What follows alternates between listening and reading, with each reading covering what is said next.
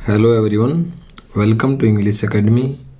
English एकेडमी की इस वीडियो में आज हम वन वर्ड सब्स्टिट्यूशंस के जो टॉप रिपीटेड जो वन वर्ड सब्स्टिट्यूशंस पूछे गए हैं उनको हम स्टडी करेंगे।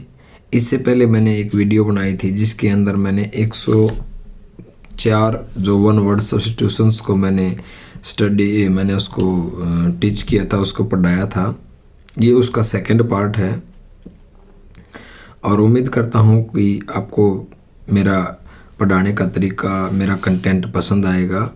तो प्लीज़ आप मेरे चैनल को सब्सक्राइब करना, लाइक करना और शेयर ज़रूर करना।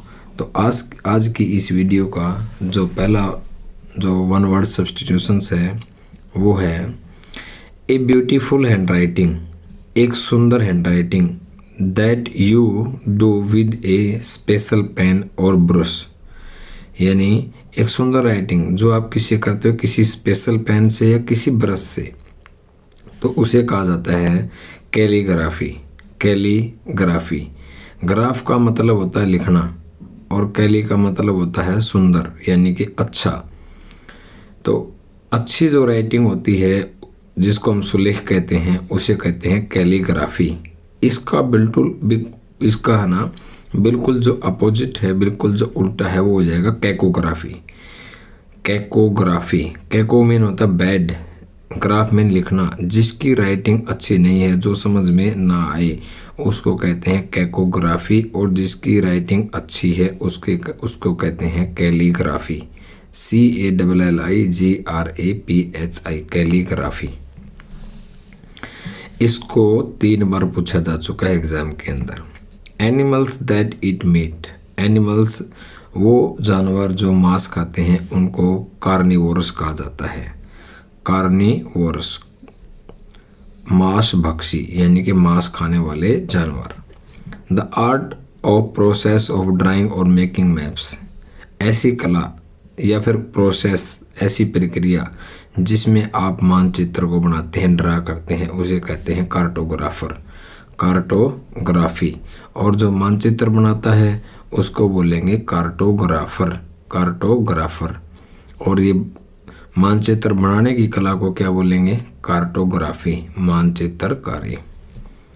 नेक्स्ट है ए कंप्लीट लिस्ट ऑफ आइटम्स, जितनी भी आइटम्स है, वस्तुएं हैं, उनकी एक पूरी लिस्ट बनाना। एग्जाम्पल के तौर पर ऑफ बुक्स की लगा लो, that people can look at या बाई, वो किताबें जिनको लोग देखते हैं, खरीदते हैं, उनकी एक लिस्ट बना देना, उसको कैटालॉग कहा जाता है। कैटालॉग का मतलब होता है सूची, list, CATA, catalogue, LOG, catalogue यानी कि सूची।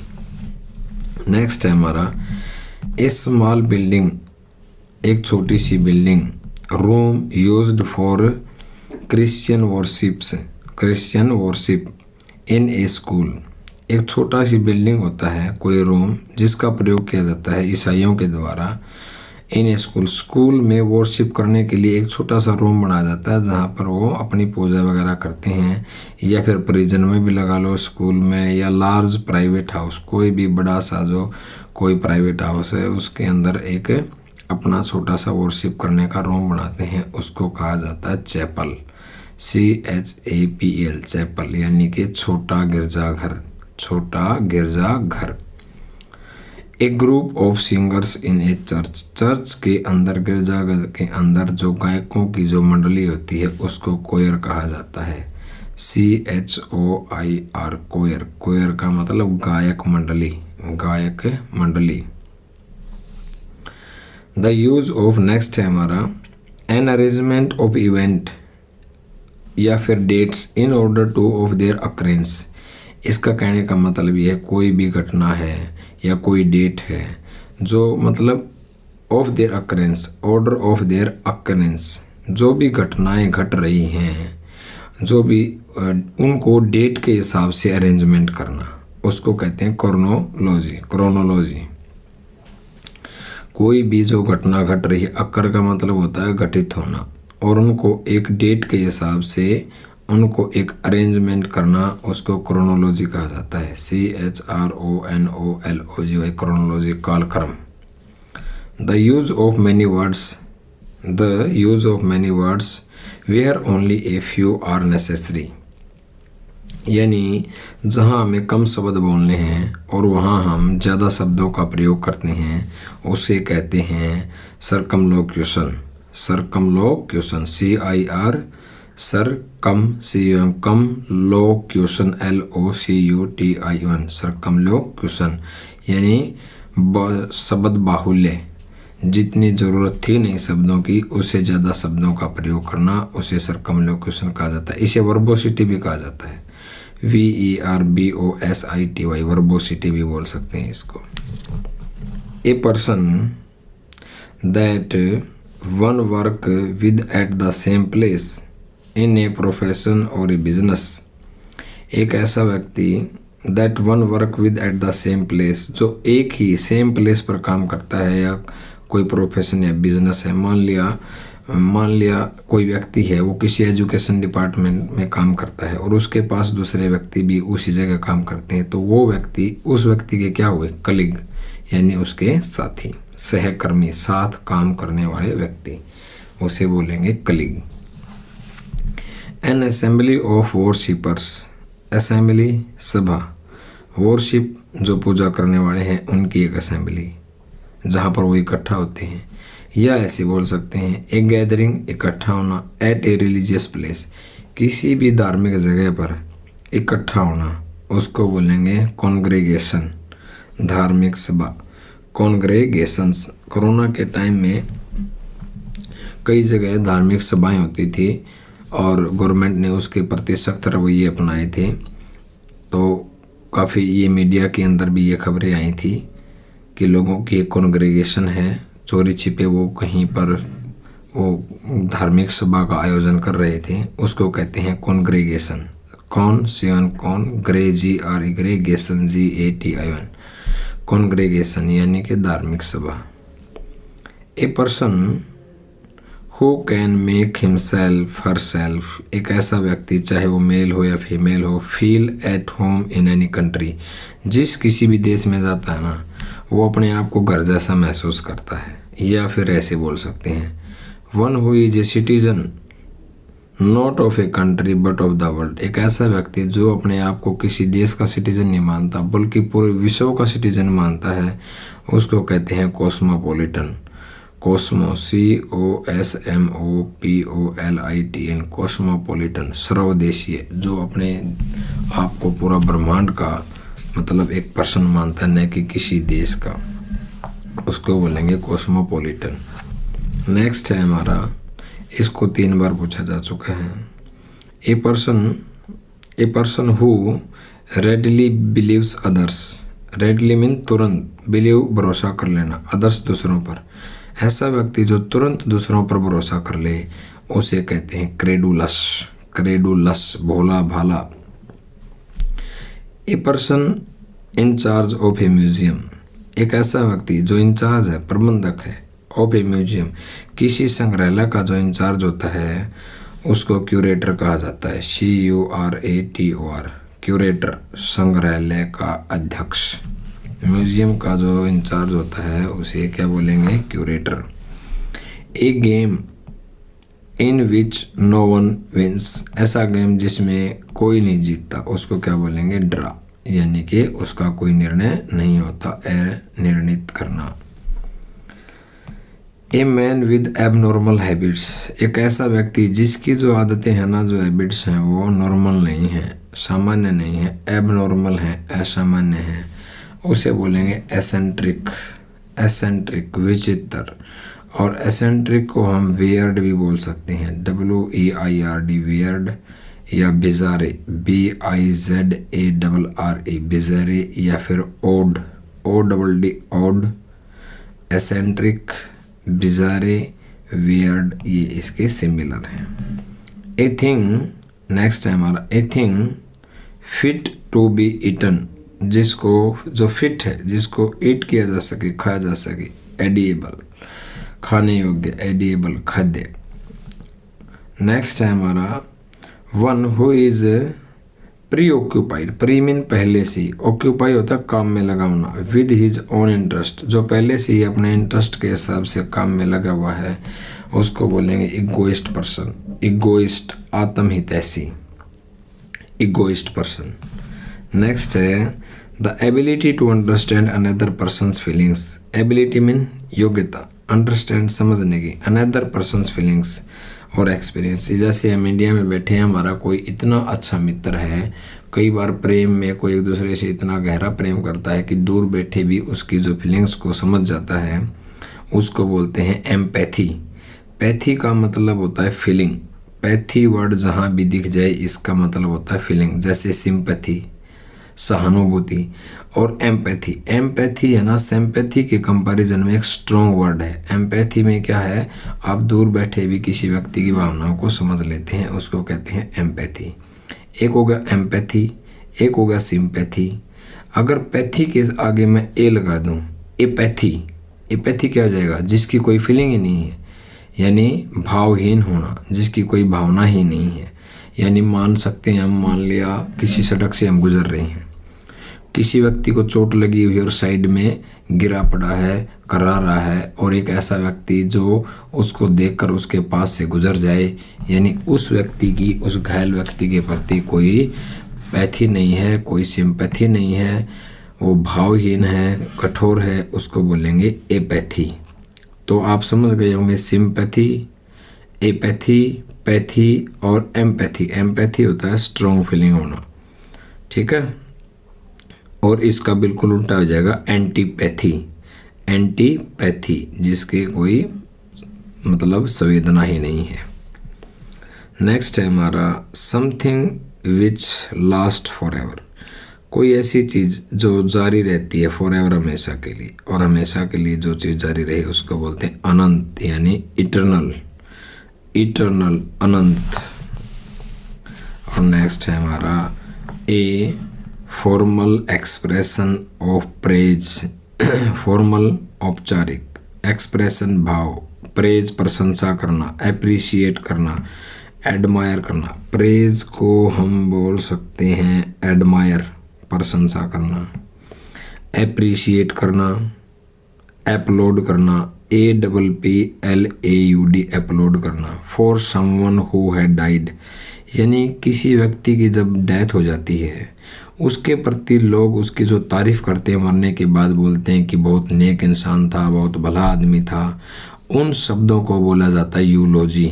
यू का मतलब होता है अच्छा, यूलोजी प्रशंसा भाषण, क्या बोलेंगे उसको, प्रशंसा वाला भाषण, यूलोजी। Bringing about gentle and painless death from incurable disease. Bringing about gentle and painless death, कैसी डेथ लेकर आना, जिसमें कोई बहुत ही विनम्र, बहुत ही पेनलेस, यानी जिसमें कोई आपको दर्द ना हो। ऐसी किसी पर्सन को बीमारी हो जाती है जिसको इनक्यूरेबल है, ठीक नहीं किया जा सकता, और वो व्यक्ति तड़प तड़प कर मरने की बजाय वो अपनी इच्छा प्रकट करता है, इच्छा मृत्यु का, उसको कहते हैं यूथेनेशिया। क्या बोलते हैं, यूथेनेशिया, EUTHANAS, यूथेनेशिया। यानी विश्व के कई ऐसे देश हैं जहां इच्छा मृत्यु के लिए वो मतलब अप्लाई कर सकते हैं, ऐसा वो बोल सकते हैं। इंडिया में तो ऐसा नहीं है कि मतलब उसको कोई ये कहे कि मैं ऐसी मौत मरना चाहता हूँ कि मैं तड़प कर ना मरूँ और उसको इच्छा मृत्यु के लिए परमिशन दी जाए। कुछ देश हैं ऐसे, यूरोप वगैरह के देश, जब मतलब व्यक्ति इतना तंग हो जाता है, इतना दुखी हो जाता है कि तड़प तड़प कर मरने की बजाय वो यूथेनेशिया की जो कामना करता है, उसको कहते हैं ऐसी डेथ जो क्या है, पेनलेस है, उसको बोलेंगे यूथेनेशिया, इच्छा मृत्यु। A person who waste his money on luxury, जो ऐसा व्यक्ति जो अपने पैसों को वेस्ट करता है, बर्बाद करता है लग्जरी की चीज़ों में, ऐशो आराम की चीज़ों में, उसको कहते हैं एक्स्ट्रावेगेंट, फिजूल खर्च करना। एक्स्ट्रावेगेंट, फिजूल खर्ची, ज़्यादा पैसे खर्च करने वाला व्यक्ति। इसका सिमिलर वर्ड हो जाएगा spend thrift. Spend, SPEND, spend, THRIFT, spend thrift यानी कि खर्चीला, यानी प्रोफिलेट करना, प्रोफिलेट भी बोल सकते हैं इसको। फिजूल खर्चे को क्या बोल सकते हैं? प्रोफिलेट, PRO, प्रोफिलिगेट करना, PROFLIGAT, प्रोफिलिगेट, फिजूल खर्ची। स्पेंडथ्रिफ्ट यानी कि फिजूल खर्ची, यानी एक्स्ट्रावेगेंट, फिजूल खर्च करना।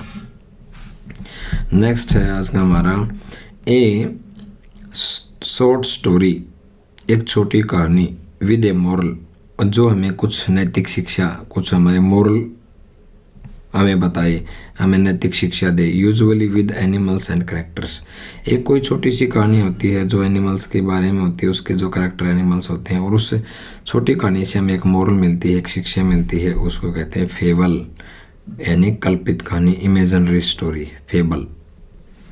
A person motivated by irrational enthusiasm, एक ऐसा व्यक्ति जो मोटिवेट है। इर्रेशनल, रेशनल तो होता है लॉजिकल, कोई चीज़ तर्कसंगत है, प्रासंगिक है, और इर्रेशनल क्या होगा? अप्रासंगिक। एंथुजियाज्म होता है जील, जोश, यानी जो एक कोई अप्रासंगिक उसके अंदर जोश है, जुनून है, उससे वो मोटिवेटेड है, उसको बोलते हैं कट्टरपंथी, यानी कि फेनेटिक, FANATIC, फेनेटिक यानी कट्टरपंथी। इसका सिमिलर वर्ड है फेनेटिक का बिगट, BIGOT, बिगट। एग्जाम में 5 से 6 बार पूछा गया। जिलट, ZEALOT, जिलट का मतलब भी होता है कट्टरपंथी, और बिगट का मतलब भी होता है कट्टरपंथी। नेक्स्ट है हमारा the plants and vegetations of a region, किसी भी क्षेत्र के अंदर जो पौधे होते हैं, जो वेजिटेशन होती है, वनस्पति होती है, उसको फ्लोरा कहा जाता है, उसको वनस्पति कहा जाता है। नेक्स्ट है आज का हमारा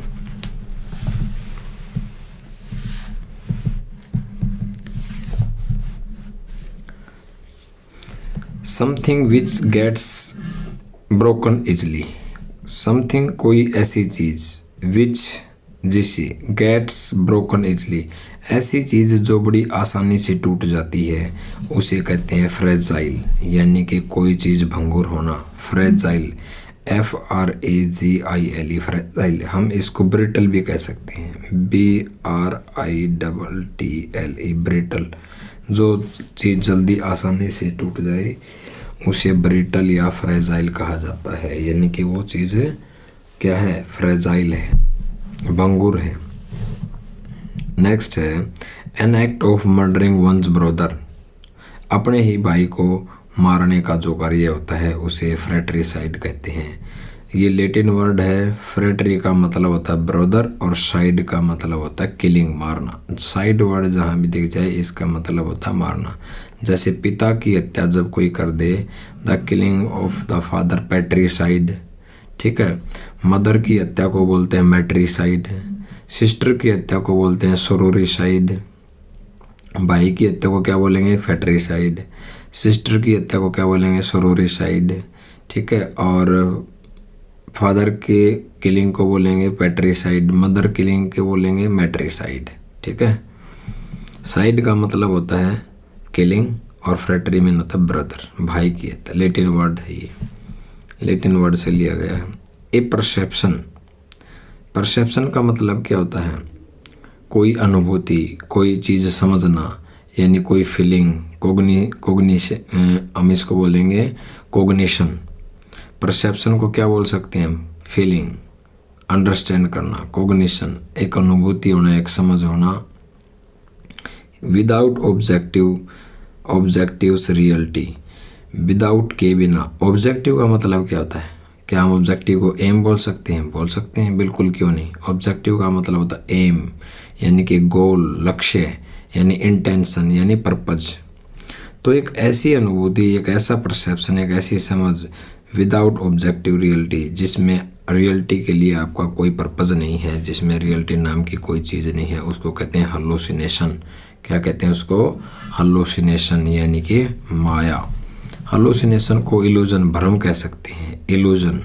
इल्यूजन यानी कि इसको बोल सकते हैं हम फैंटज़म, PHAN फैंटेज़म, मैं यहाँ लिख देता हूँ PHANTASM फैंटेज़म, फैंटेज़म बोल सकते हैं हम इसको, यानी कि हलुसिनेशन हो जाना, डिल्यूजन हो जाना, भ्रम।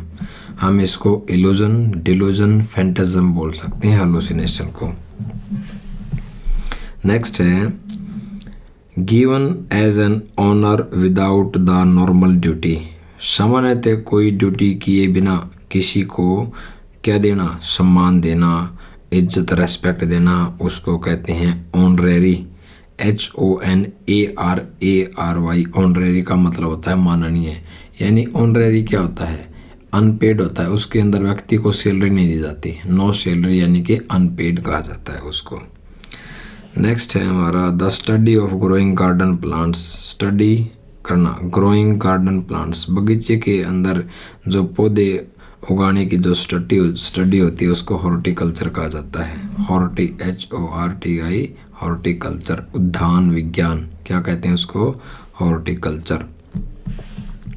नेक्स्ट है हमारा आज का वन हु डिस्ट्रॉय इमेजेस, जो एक ऐसा व्यक्ति जो इमेज को डिस्ट्रॉय करता है, या अटैक पॉपुलर बिलीफ्स, जो भी हमारी सोसाइटी के अंदर प्रसिद्ध धारणाएं होती हैं, प्रिंसिपल्स होते हैं, उनको अटैक करता है, उस व्यक्ति को बोलते हैं आइकोनोक्लास्ट, मूर्ति तोड़ने वाला व्यक्ति, ICONOCLAST, आइकोनोक्लास्ट, मूर्ति तोड़ने वाला व्यक्ति। Something that is difficult to understand, कोई ऐसी चीज़ जिसको समझना काफ़ी मुश्किल है, तो कंप्रीहेंशन तो होता है समझना, और इन लगा दो आगे तो क्या हो जाएगा, इनकम्प्रीहेंसिबल, इनकम्प्रीहेंसिबल, इनकम्प्रीहेंसिबल क्या होगा, समझ से बाहर। नेक्स्ट है being unable to pay one's debt, being unable to pay one's debt, यानी कोई व्यक्ति अपना डेट, कर्ज नहीं चुका पाता, उसको बोलते हैं इंसॉल्वेंट, दिवालिया हो जाना, क्या बोलते हैं, इंसॉल्वेंट।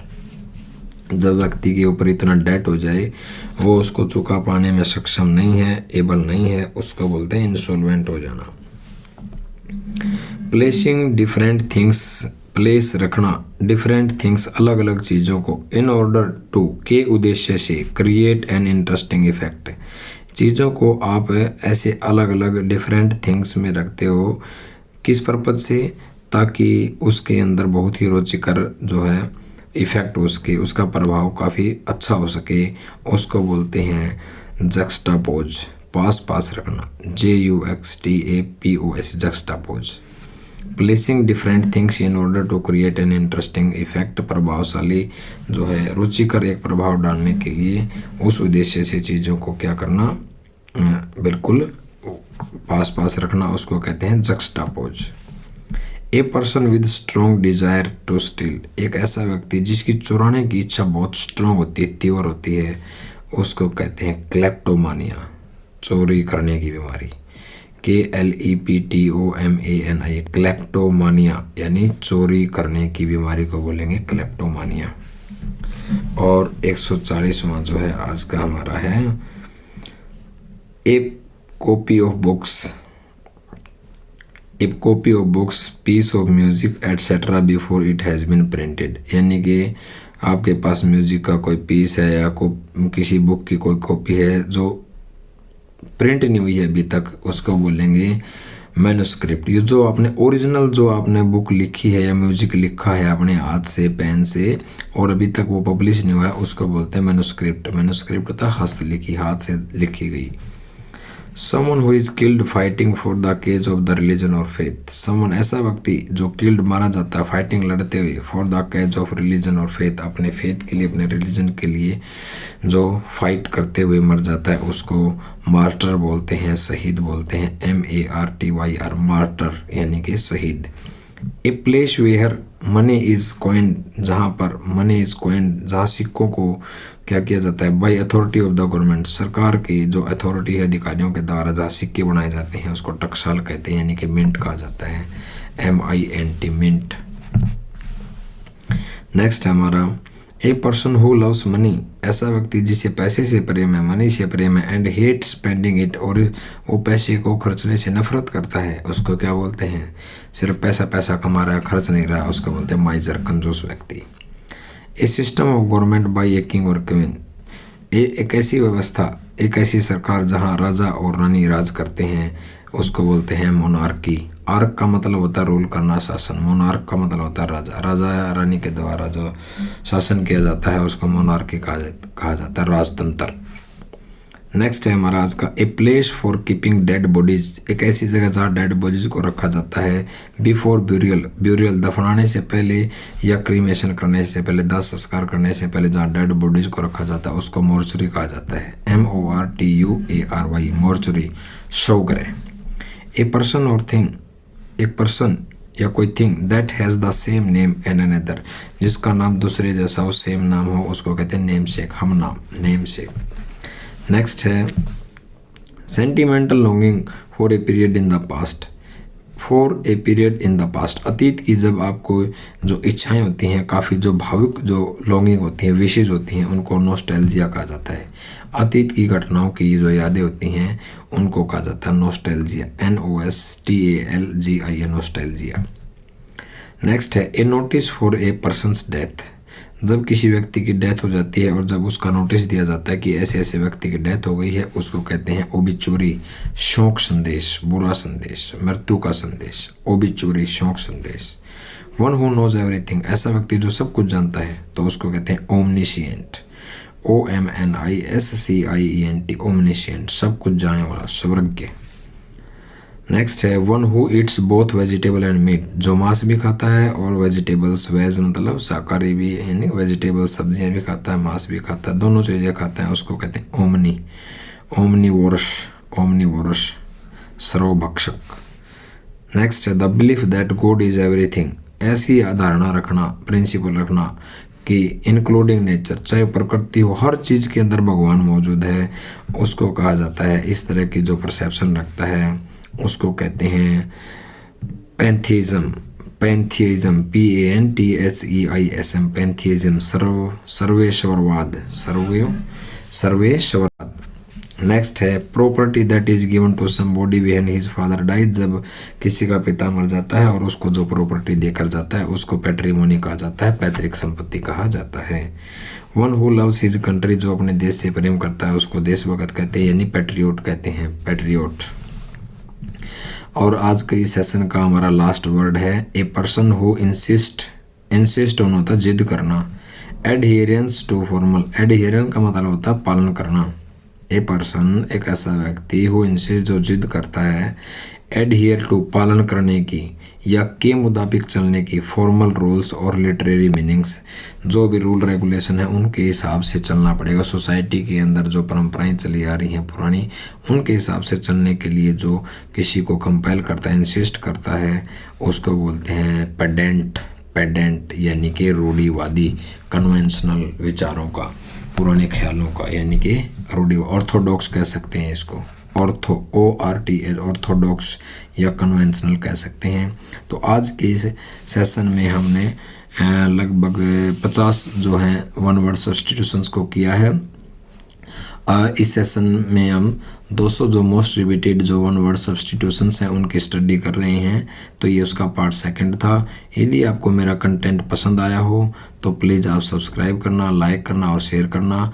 और यदि कोई कमी हो तो आप मुझे जो कमेंट बॉक्स में ज़रूर बताना, ताकि मैं आगे से उसको सुधार करके अच्छे से अच्छा मैं अपना प्रयास करके आपके सामने वीडियो लाने की कोशिश करूँगा।